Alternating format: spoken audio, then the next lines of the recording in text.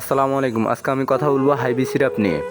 হাইবি সিরাপে আছে শরবত হায়াতিন মুরাক্কাব।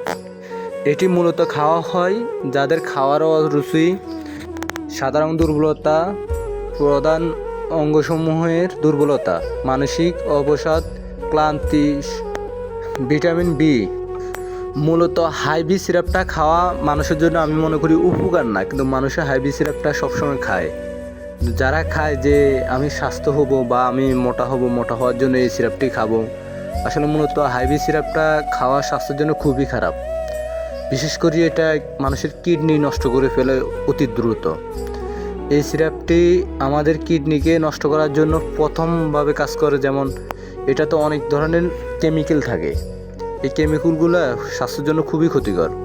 আর হাইবি সিরাপের খাওয়ার ডোজ অপ্রাপ্তবয়স্ক হলো 1 চামচ করে 3 বেলা, প্রাপ্তবয়স্করা 2 চামচ করে 3 বেলা। সতর্কতা, বোতলকে ভালোভাবে ঝাঁকিয়ে নিন। হাইবি সিরাপটি তৈরি করেছে ওরিয়েন্টাল ল্যাবরেটরি।